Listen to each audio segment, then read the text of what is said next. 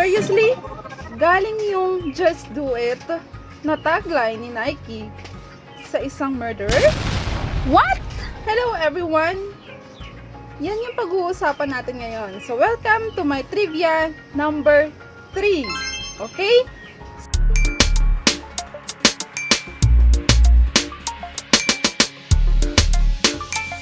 It's time for trivia.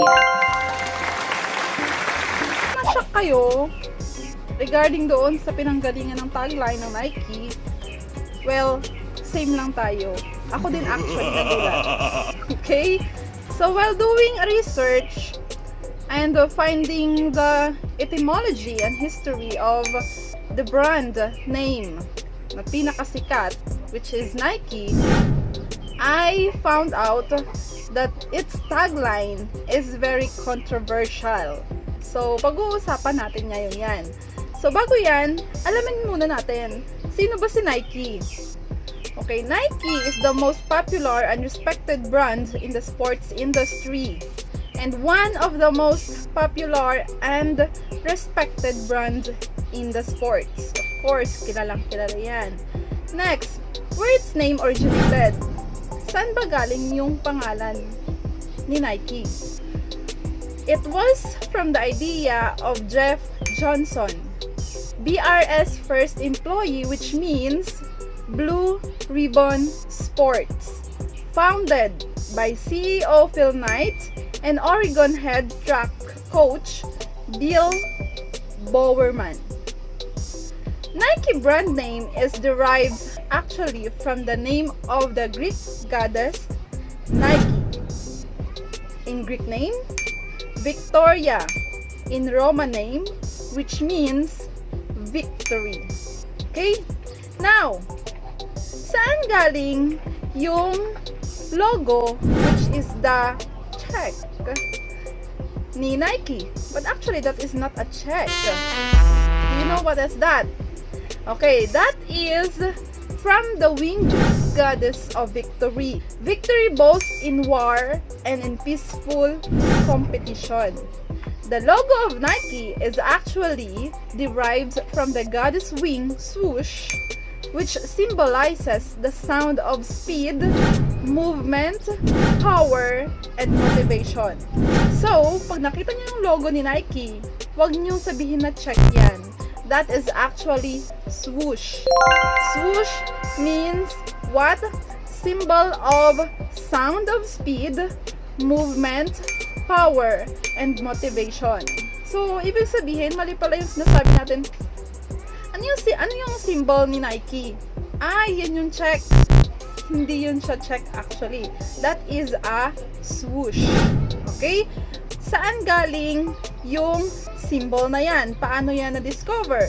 It's because of the winged of Nike, the goddess of victory, also known as Victoria in Roman name.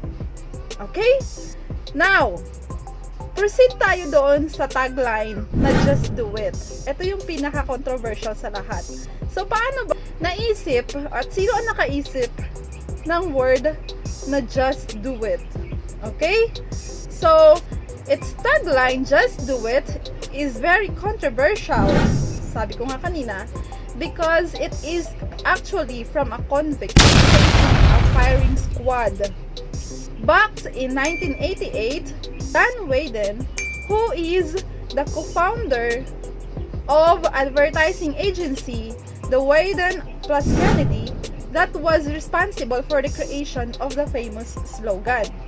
The murderer was Gary Gilmore, who grew up in Portland, the hometown of both Nike and Wirden+Kennedy.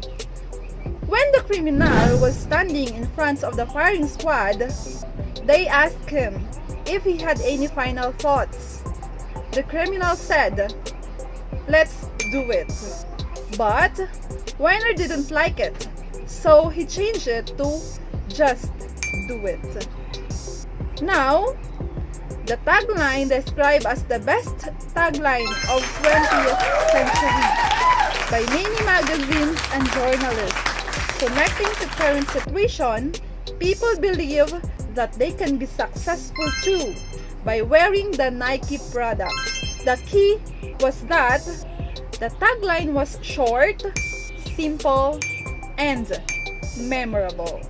So, again, ulitin ko.